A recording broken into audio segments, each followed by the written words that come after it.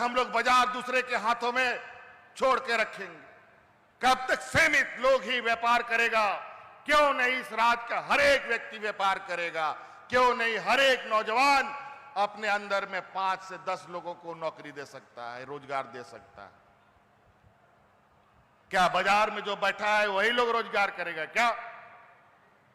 हमारा गांव देहात का लोग रोजगार नहीं कर सकता है क्या? व्यापारी नहीं बन सकता है क्या? इस वजह से हमारा यह प्रयास है, आप लोगों का, चाहे वो अस्थायी नौकरी हो, चाहे दैनिक आमदनी हो, उसमें कैसे बढ़ोतरी हो, दिन रात इस पर पहल की जा रही है। नौकरियों के विषय में आप लोगों को मालूम ही है,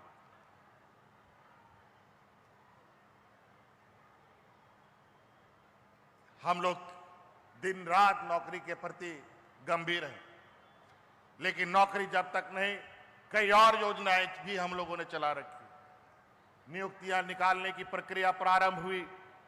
जब नियुक्ति निकालने की बारी आई तो हमें पता चला कि नियुक्ति नियमावली सभी नहीं बना।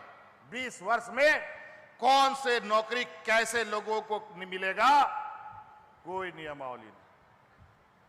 और नतीजा ये होता था, पहले नियुक्ति होते थे तो पता चला कि 75% लोग बाहर से आते थे और मात्र 20-25% लोग झारखंड के नौजवान युवक युवतियों को नौकरी मिलती थी।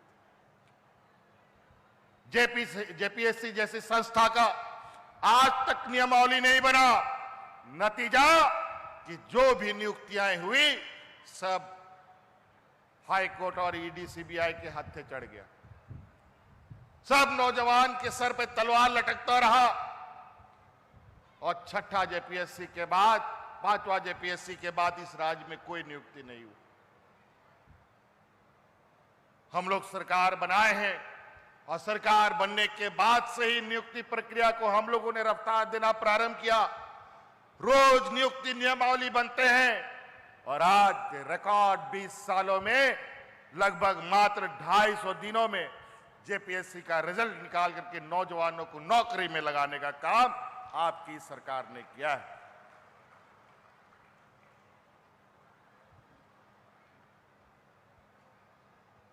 और अभी ये चीजें और भी तेजी से आगे बढ़ेंगी और जो रोजगार करना चाहते हैं रोजगार की दिशा में आगे जाए और जो नौकरी की दिशा में जाना चाहते हैं आप नौकरी की दिशा में भी जा सकते हैं।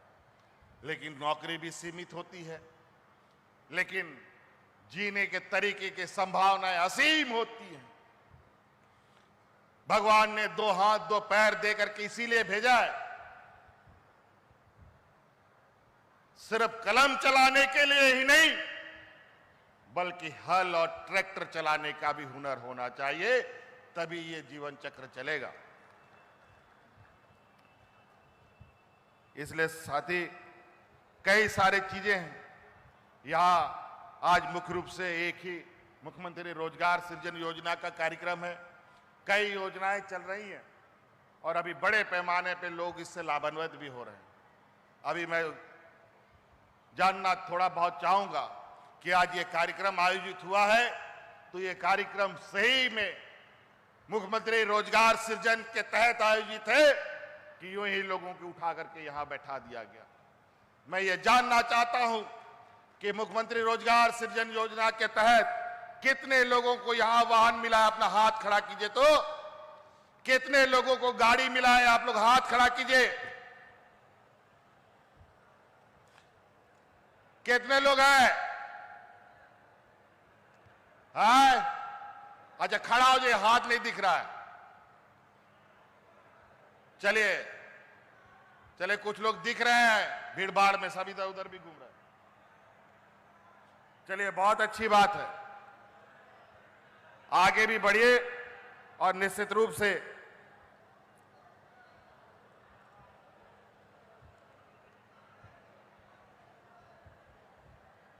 बहुत सारी चीजें सरकार आपके बीच में और भी लाएगी। अभी आप लोगों ने सरकार आपके द्वार के माध्यम से आपने देखा कि इस राज्य में लोग गरीबों की संख्या कितनी होती थी। यहां पर लोगों को चाहे वृद्धा पेंशन हो, विधवा पेंशन हो, विकलांग पेंशन हो, ये सारे पेंशन गांव में 1 ठो, 2 ठो, 3 ठो, 4 ठो लोगों को मिलता था। वृद्ध लोगों की संख्याएं बढ़ी, विधवाओं की महिलाओं की संख्याएं बढ़ी, लेकिन सरकार ने एक सीमित दायरा बांध कर रखा है, हाथ पीछे करके रखा है कि हम इतना लोगों से अधिक नहीं देंगे लोगों को। आज इस देश की हालत पर हमें तरस आता है और इस देश के विकास के पैमाने पर तरस आता है कि आज इस देश के जो गरीब, आदिवासी, दलित, पिछड़े लोग हैं, किसान, मजदूर हैं, जो आज आर्थिक रूप से सबसे कमजोर हैं, उनको एकमात्र 1000-2000 का पेंशन देने का भी क्षमता नहीं है। क्या देश आगे जाएगा, ये तो आप आने वाला वक्त ही बताएगा। हमने भारत सरकार से आग्रह किया था, क्यों नहीं पूरे देश में ये पेंशन योजना को सर्व जन के लिए किया जाए, यूनिवर्सल किया जाए, लेकिन किसी ने नहीं सुनी। फिर हमने अपने से निर्णय लिया कि इस राज्य के हर एक बुजुर्ग को हम लोग पेंशन देंगे, हर एक विधवा को पेंशन देंगे। और आज शायद गांव में कोई ऐसा व्यक्ति, बुजुर्ग होगा जिसको पेंशन नहीं मिल रहा, या विधवा होंगी जो पेंशन नहीं मिल रहा। और मैं आप लोगों से आग्रह भी करूंगा, जो बुजुर्गों को पेंशन नहीं मिलता उनको ब्लॉक ऑफिस पहुंचाइए। निश्चित रूप से आज के दिन में पेंशन को लेकर के कोई भी पदाधिकारी मना नहीं कर सकता है। जो पदाधिकारी मना करेगा उसकी नौकरी जाना तय है।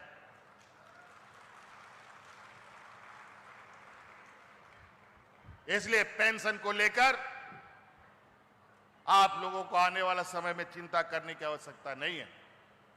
उसी प्रकार हम लोग का राशन कार्ड का भी हालत रहा। आपने देखा होगा कि गांव में बहुत सारे गरीब को पेंशन, राशन नहीं मिलता रहा।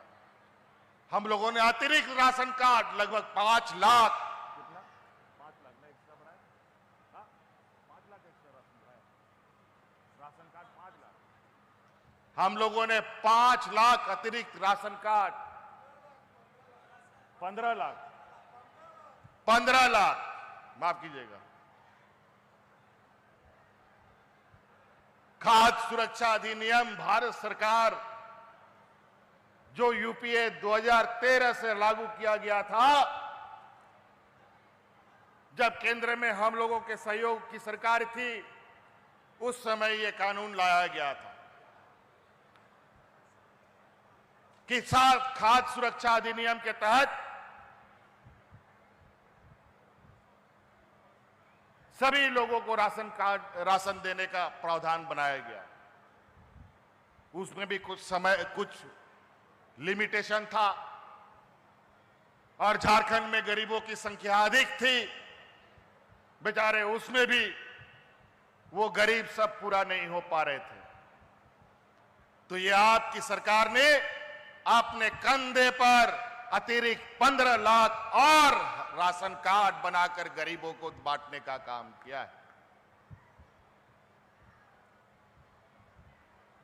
आज हमारी नजर इस राज्य के आखिरी व्यक्ति तक है, जहां तक ना सरकार की आवाज पहुंचती थी, ना कभी नजरें जाती थी। आज इसीलिए कई चुनौतियों के साथ, कई